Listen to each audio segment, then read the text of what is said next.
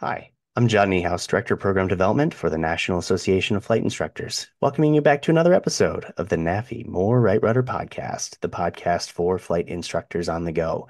And today I'm welcoming back Keith Roxo, and he's actually going to do the second part of a two-part series with us, which is also going to be paired up with the January, this month's Mentor Live.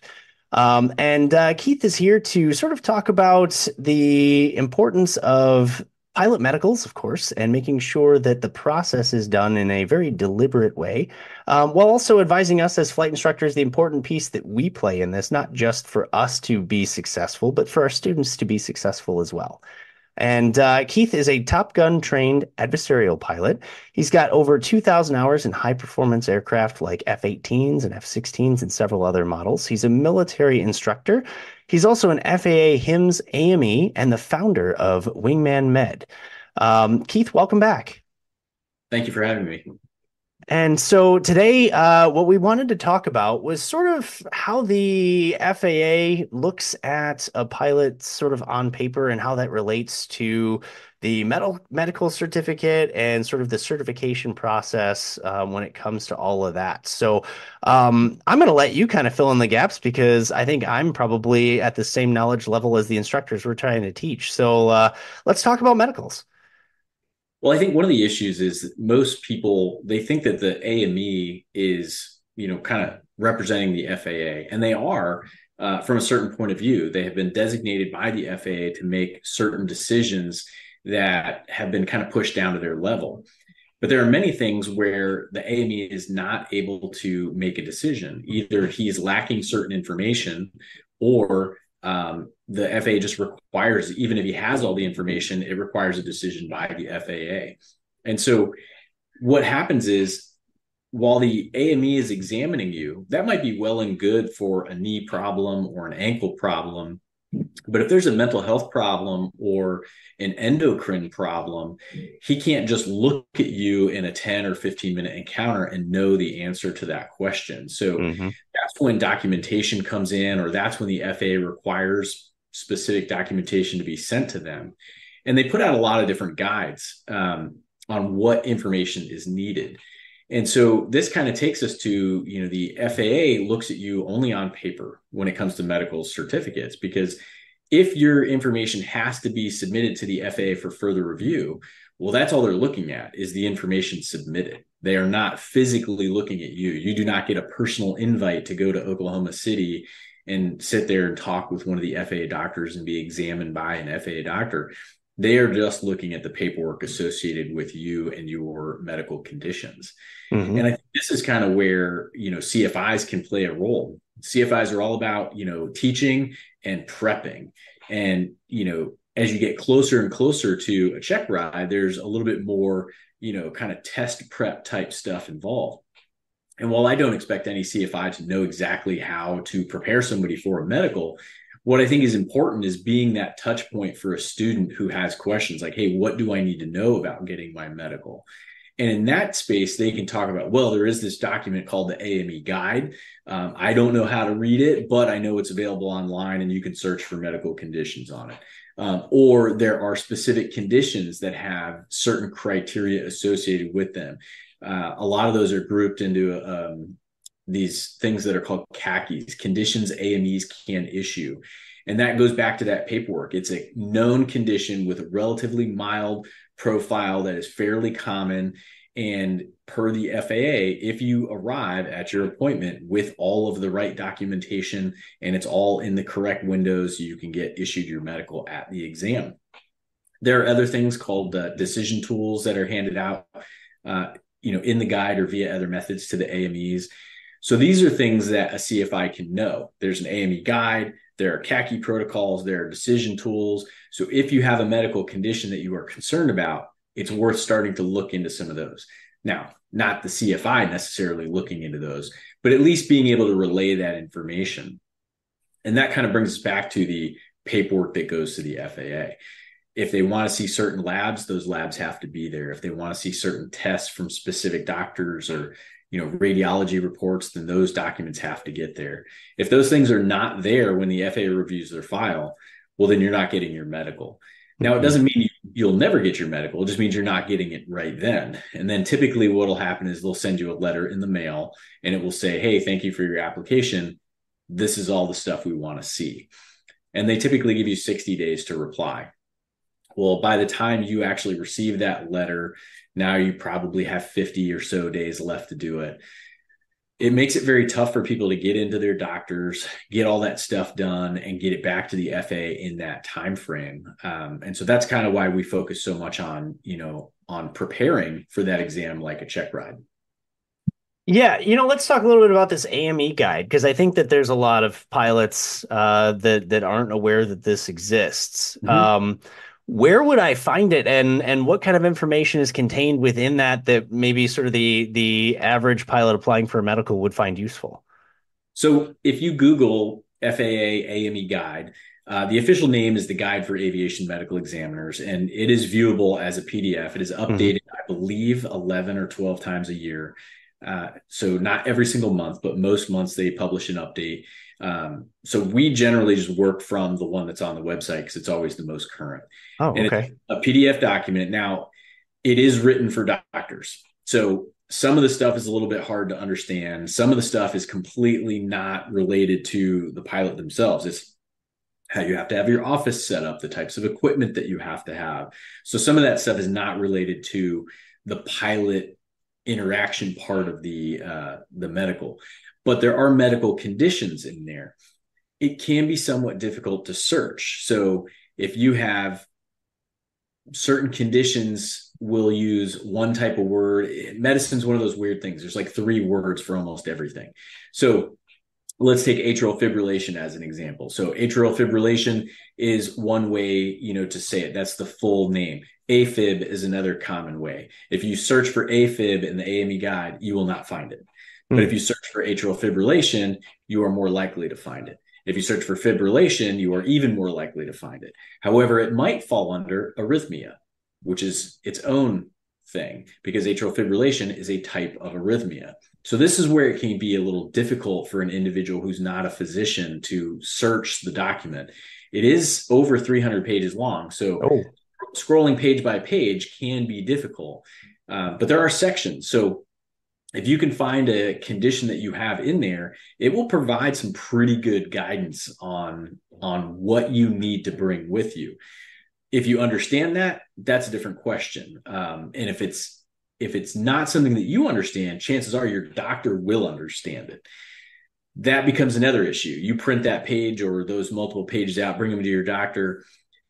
Sometimes this kind of goes back to the first podcast we did where the importance of having a good doctor. You might bring that to your doctor and say, hey, this is what I need from the FAA. And then your doctor says, you don't really need that. Well, no, you do. You may not need it medically. You need it FAA wise. Yeah, no, I like that because I mean, a lot of times those general physicians, as we talked about previously, they may not have a full understanding of what it is that you actually need. But between MedExpress and maybe even talking to your instructor, if you're completely unfamiliar with aviation and you've never been to an AME before, hopefully you can kind of get some of those answers. But let's say that you're not. Let's say that it's your first time filling out MedExpress, and we know that there's yes or no questions on there. Has this ever happened to you? Has that ever happened to you? Are there things that you could have that are going wrong that aren't covered under those questions that you might not even find out till you show up, unless you do some research in advance that might be limiting for you? Absolutely. There's certain things on there, like have you ever, lost consciousness?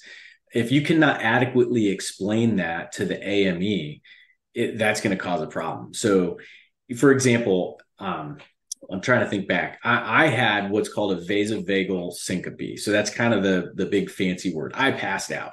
I passed out one time in flight school when I was getting a procedure wrong. This is military flight school. I'm up against the wall. I'm surrounded by like 20 instructors all kind of screaming at me. And I kept repeating the wrong procedure over and over and over. And then, but meanwhile, I'm standing at attention. So my legs are locked. So now this is a relatively common, thing where people standing in parades for a long period of time, not moving with their knees locked. You trap blood in your legs. You're not getting enough blood cycling through your whole body. And so you can have what's called, a vasovagal syncope, and down you go, right? Hmm. Now, is that a concern in flight? Not necessarily. You're generally not standing at attention with your knees locked in flight for 30 minutes at a time. Similarly, if someone had an episode where they were known to be dehydrated, and had an episode of passing out, well, that is easy to attribute to a cause that is unlikely to occur again.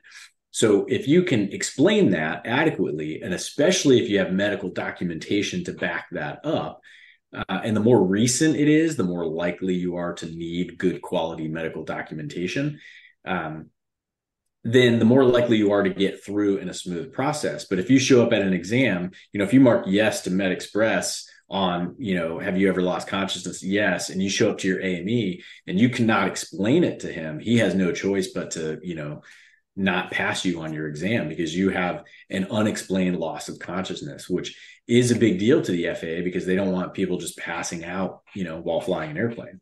So really what it comes down to is risk. Yeah. And the reason why the paperwork matters so much and why the FAA wants to see things that your normal doctor doesn't necessarily think is required is because they're not looking at how to take care of you. They're looking at what are the odds of you having a problem in flight. And so that's why some of the differences occur.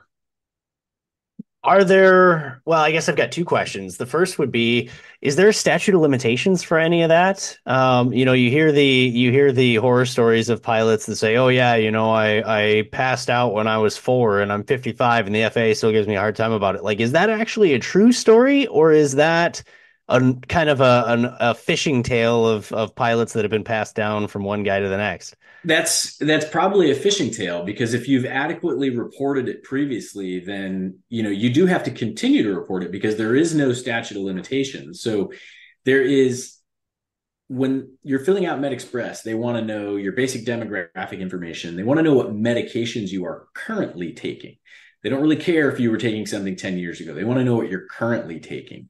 They want to know what medical conditions you've had at any time in your life. Now, do you need to report that one time you had a sore throat 15 years ago? No, not necessarily. What they're looking for are significant, they have, like you said, those specific medical questions.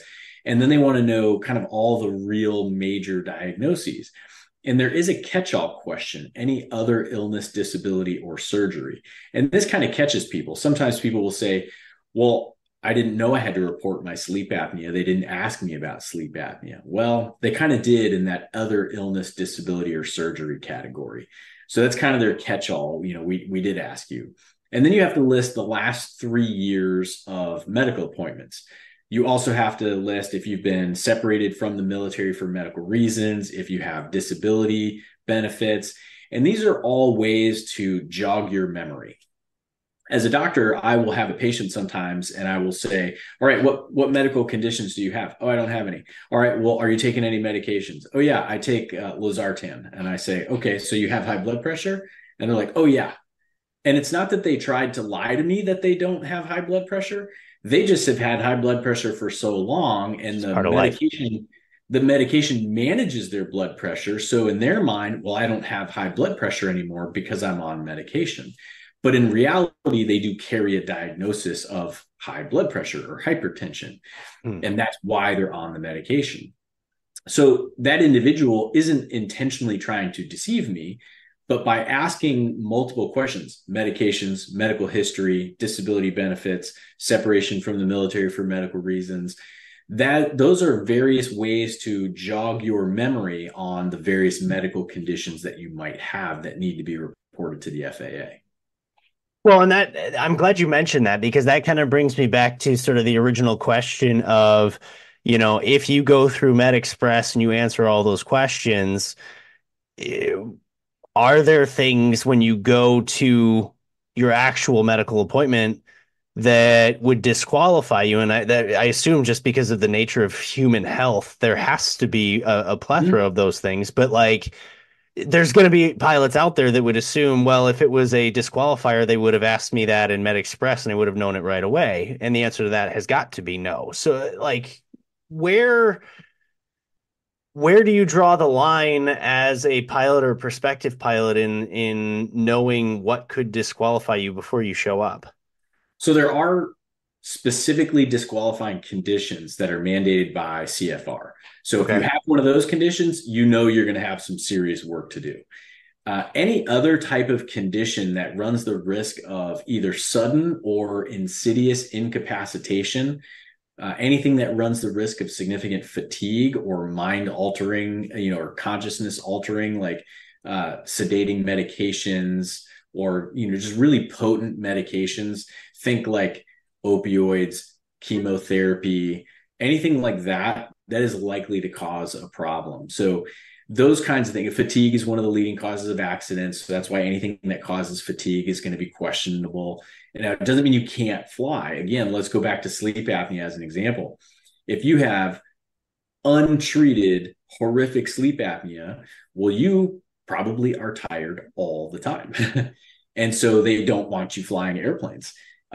If you have significant but well treated sleep apnea, when you can show them, look at my sleep results based on the machine that I'm using, they're like, oh great, this guy's sleeping like a champ, we're not worried about him. And that's where some people they get a little defensive and they're like, well, I don't want the FAA to know. It's like, well, the FAA just wants to know you're fine. um, what they don't want to know is they don't want to know you have a problem and you're not taking care of it. Well, that's what they don't want to know. So what they do want to know is that you have a problem and it's being treated.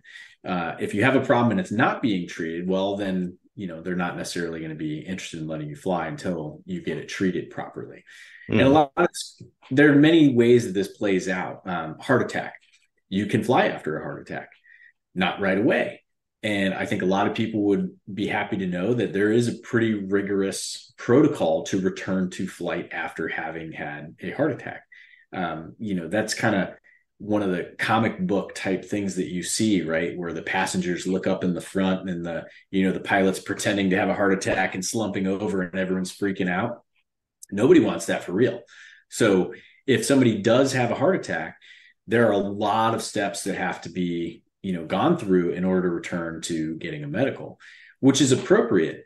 But the point is, you can get back as long as Hmm. your heart recovers and you can show the FAA that you've met all of the guidelines necessary. And this is kind of where it comes down to what's medically necessary versus what the FAA wants from a risk analysis standpoint.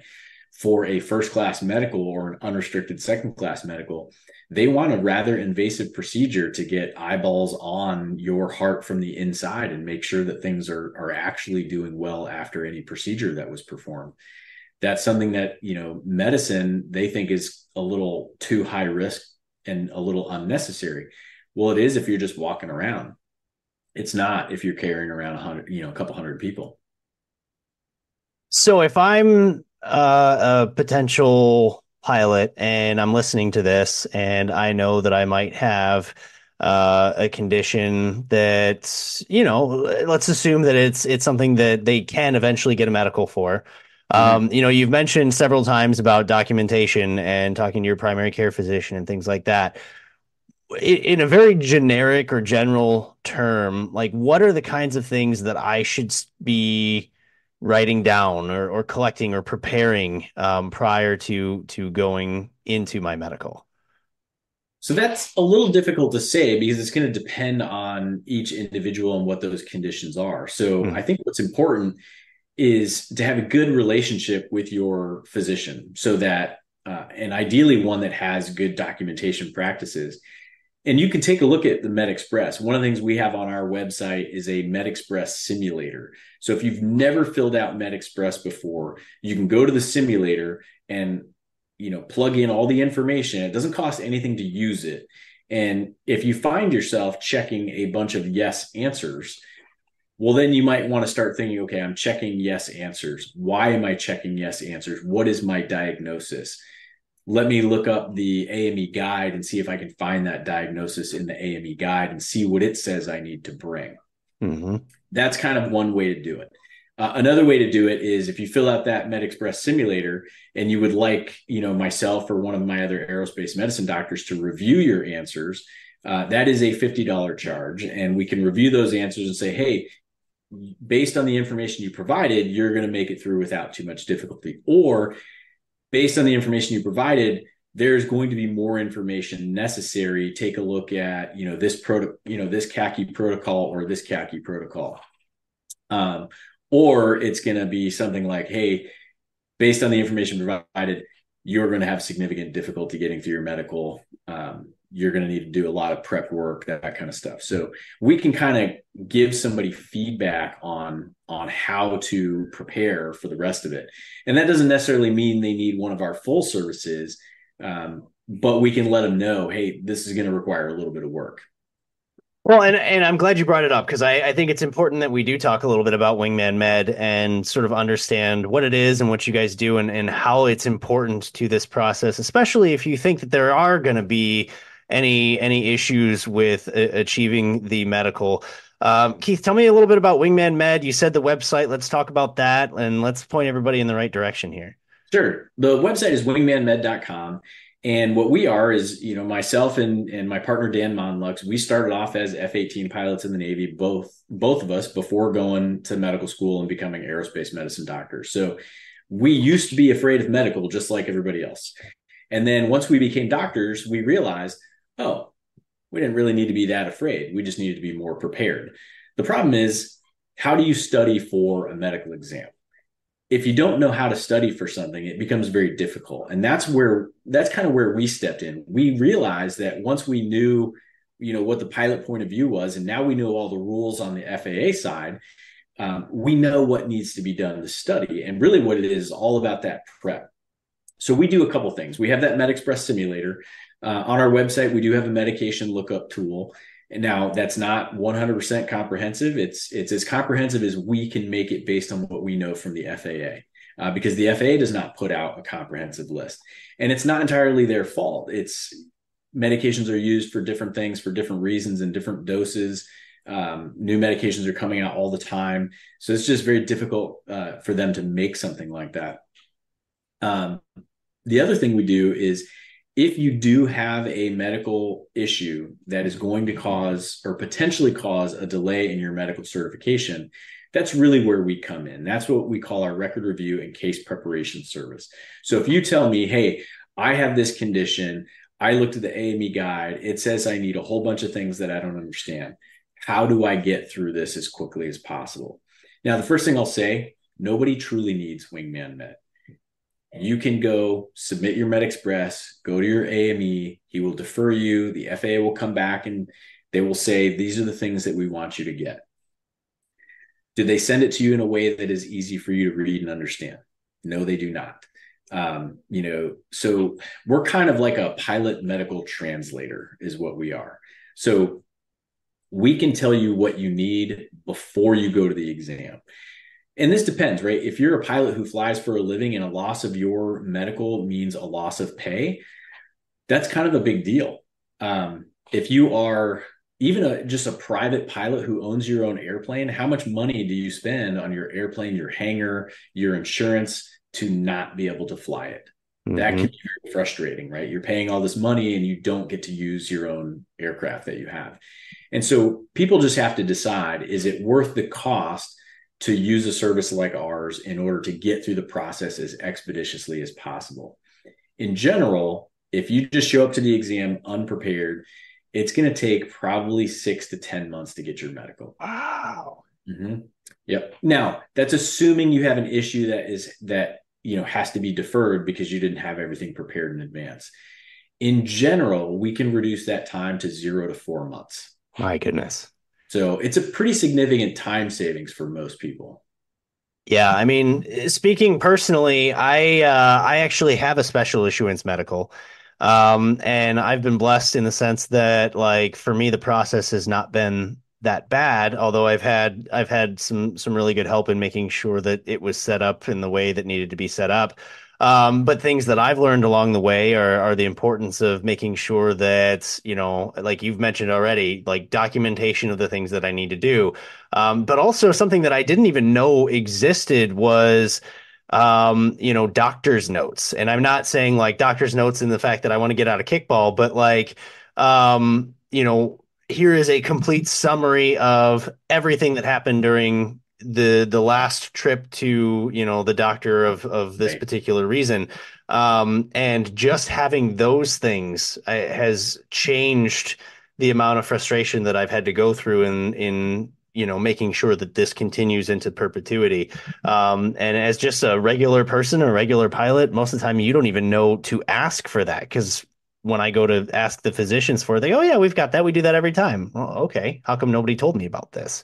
So those are the kinds of resources I'm sure that you can educate the pilots on to make sure that they know to grab when they have an opportunity for it. Right. And with that, doctors write those notes. They are typically not to the detailed level that the FAA wants. Like you said, the FAA wants kind of a complete summary of the whole thing that happened. Now, Hmm. let me sidebar for a second. The first time you get that special issuance, that's the really hard one.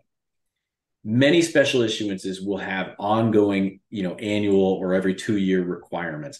Those are typically dramatically less than the original requirements, Hmm. but they are kind of update like, hey, we want an update on the status of this condition.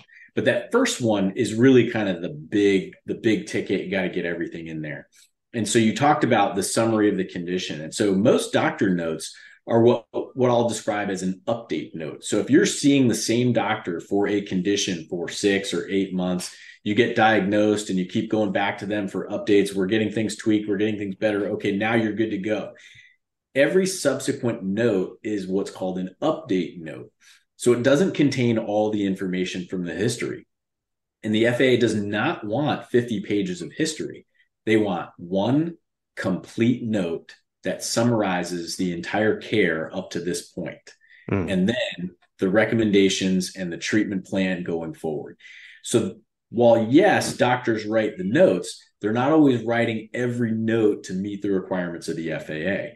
And this is really just an efficiency standpoint. Right now, the FAA is only manned at about 75% for their physicians. They're just really having a hard time getting folks in there. It's a lot of the economy is doing well.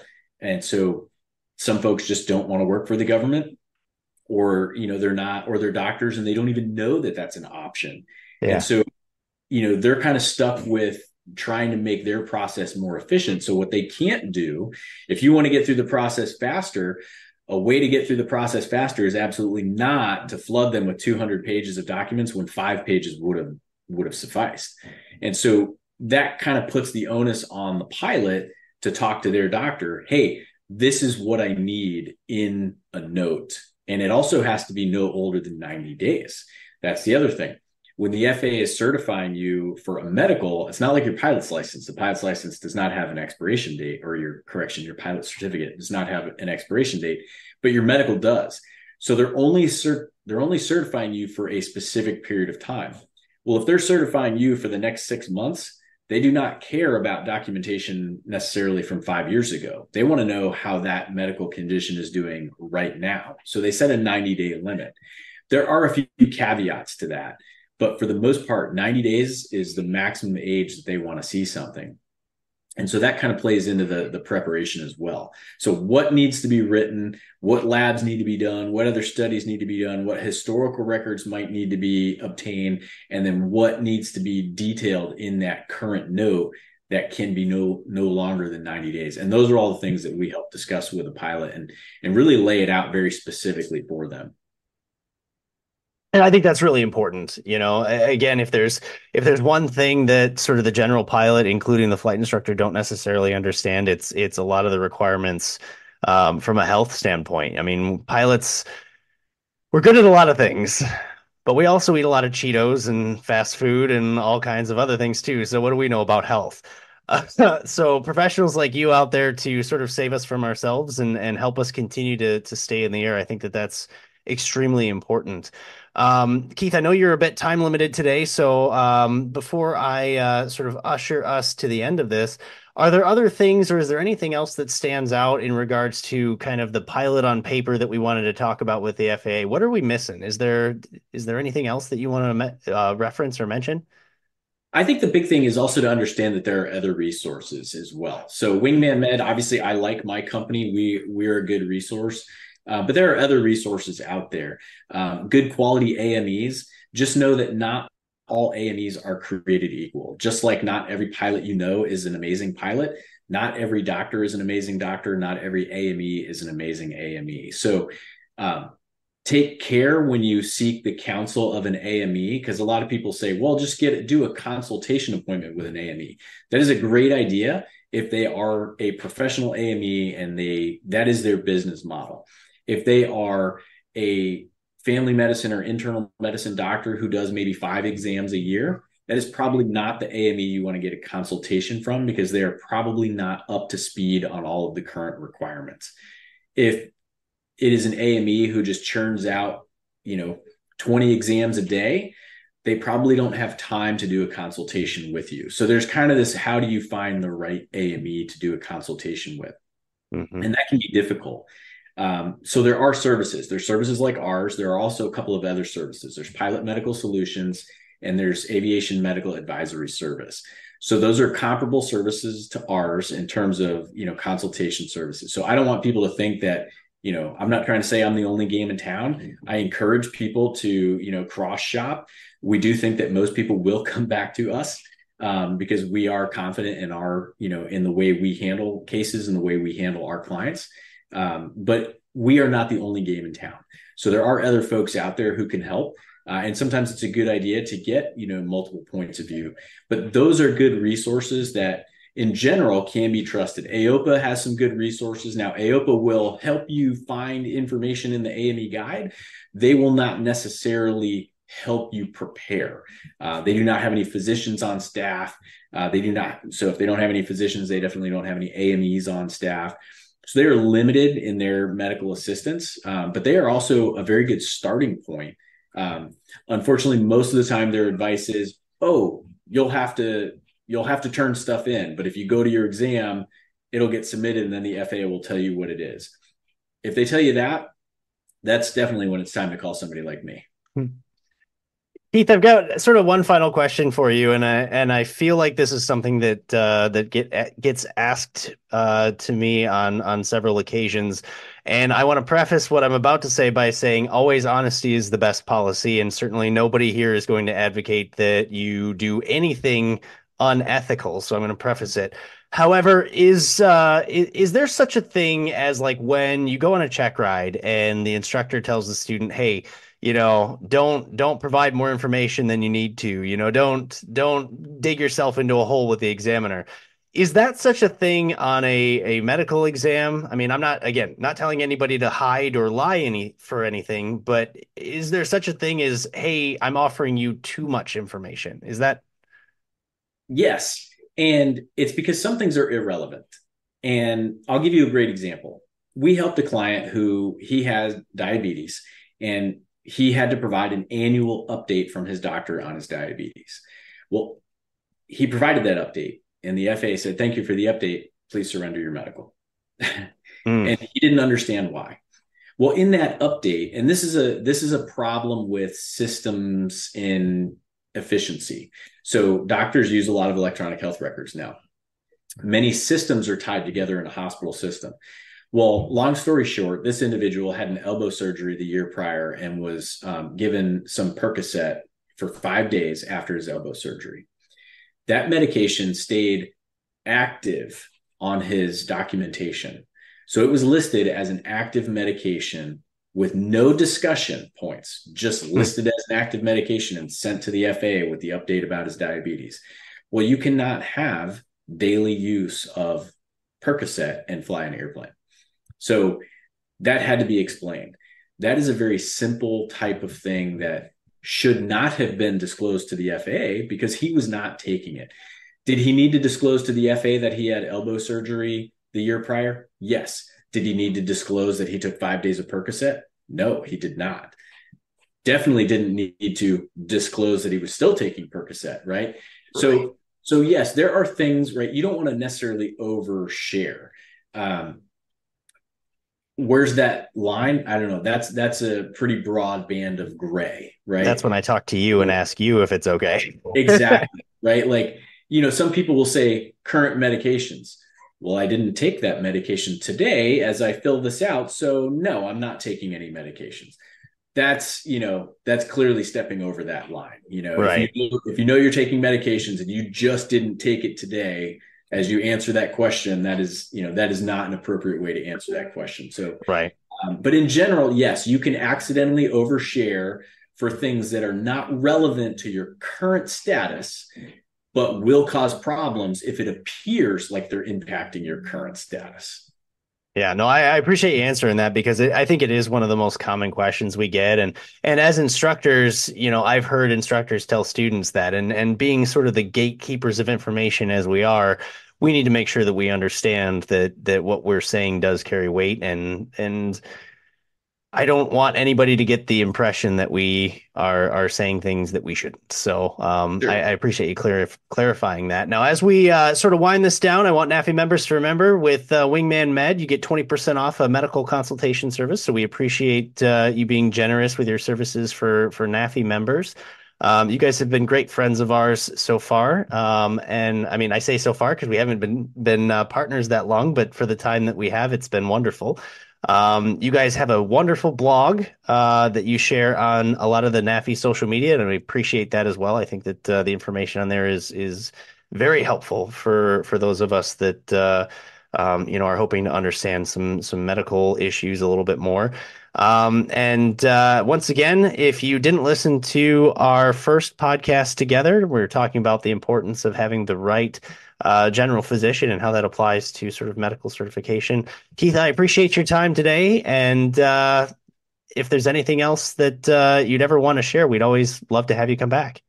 Okay. Thanks a lot. Now, if you members, don't forget, this month, Keith will also be on MentorLIVE. So please join us for that presentation here in January.